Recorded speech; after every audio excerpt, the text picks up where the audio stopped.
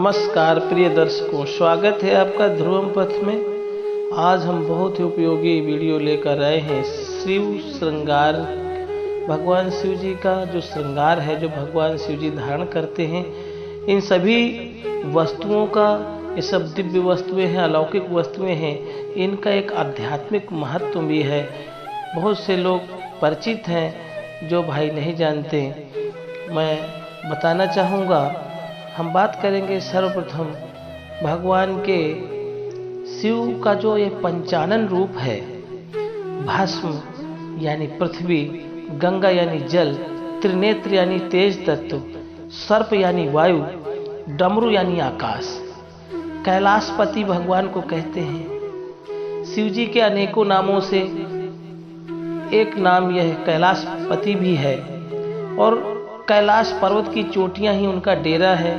पशु पक्षी मानव किन्नर आदि से प्यार करने वाले भोलेनाथ ने अपना स्थान पृथ्वी पर ही बनाकर आज के कलयुग में यह संदेश मानवों को देने का प्रयास शायद किया था कि मानव कल्याण के लिए त्याग व सरलता ही सर्वोपरि होता है। भगवान शिव की जटाएं, मित्रों, जटाएं मुख्य 3 गुणों को दर्शाती हैं: ब्रह्म ज्ञान, ध्यान, दिव्य ज्ञान।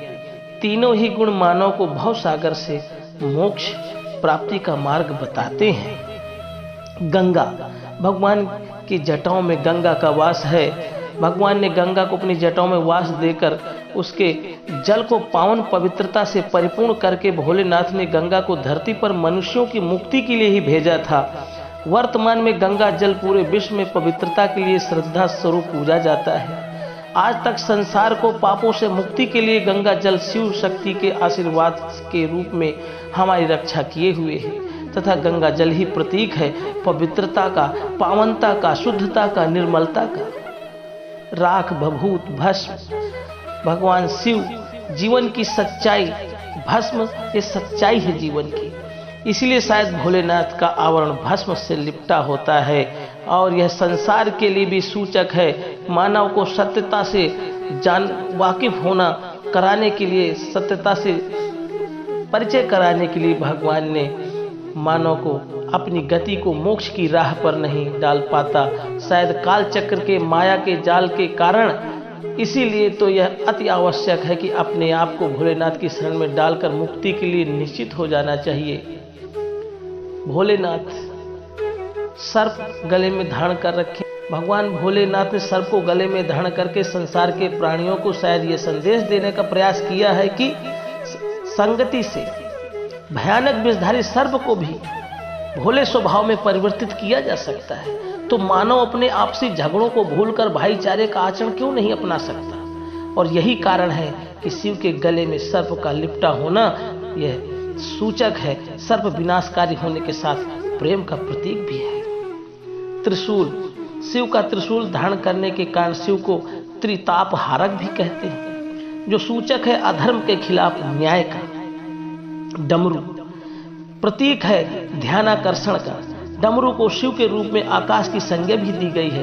पंचानन नाम में से ये भगवान के एक नाम है। नाद, भगवान के आपने देखा होगा, नाद का एक यंत्र रहता है। डमरू से निकलने वाली जो ध्वनि को नाद कहा जाता है। तत्व और बरुद मुद्रा भगवान की प्रसिद्ध है। शिव के हाथों की उंगलियां वरद मुद्रा में होती हैं। अंगूठे और तर्जनी को एक साथ जोड़कर गोल आकार बनाया जाता है। शेष 3 उंगलियां आत्मा और परमात्मा और भौतिकता की प्रतीक है। रुद्राक्ष, मित्रों, इस नाम से आप बहुत अच्छी तरह से परिचित हैं। शिव का एक नाम रुद्र भी है, तथा नेत्रों को अक्ष भी कहा जाता है। इसका अर्थ हुआ भगवान रुद्र के नेत्र।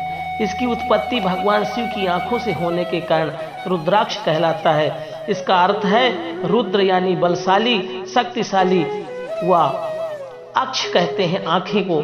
मान्यता है कि रुद्राक्ष शिव की आंखों से निकला है, जो पावन है, पवित्र है। यह एक मुख से 14 मुखों तक पाया जाता है और बहुत प्रभावकारी होता है। मित्रों, इसे धारण भी करते हैं, आप सभी परिचित हैं। कमंडल, यह कद्दू यानी काशी फल का होता है, ये भी धारण करते हैं भगवान। त्र्यंबक, 3 नेत्रों का अर्थ है त्रिनेत्रधारी। शिव जी के 3 नेत्र हैं, इसलिए भगवान को त्र्यंबक कहते हैं। अर्धचंद्र, चंद्रमा शीतल का प्रतीक है। भगवान शिव ने अर्धचंद्र को मुकुट के रूप में धारण किया हुआ है। धतूरा, शिव पूजा में धतूरे का महत्व माना जाता है मित्रों। यह जहर का भी प्रतीक है।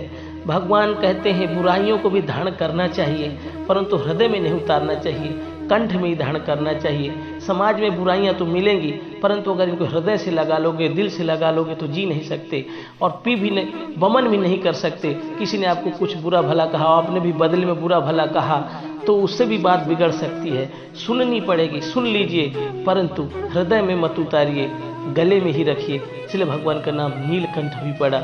मृगछाला, मृगछाला का स्वभाव चंचलता, चपलता का पर्याय है। इसका उद्देश्य है इंद्रियों पर काबू रखना। बैल भगवान का वाहन है, जिसे नंदी के नाम से जाना जाता है। यह धर्म का प्रतीक है, सदैव धर्म चलायमान होता है। बिल्वपत्र, शिव जी की पूजा में सबसे पवित्र बिल्वपत्र के पत्तों को माना गया है। बिल्व के पत्तों से भगवान की पूजा होती है, शीतलता का प्रतीक है।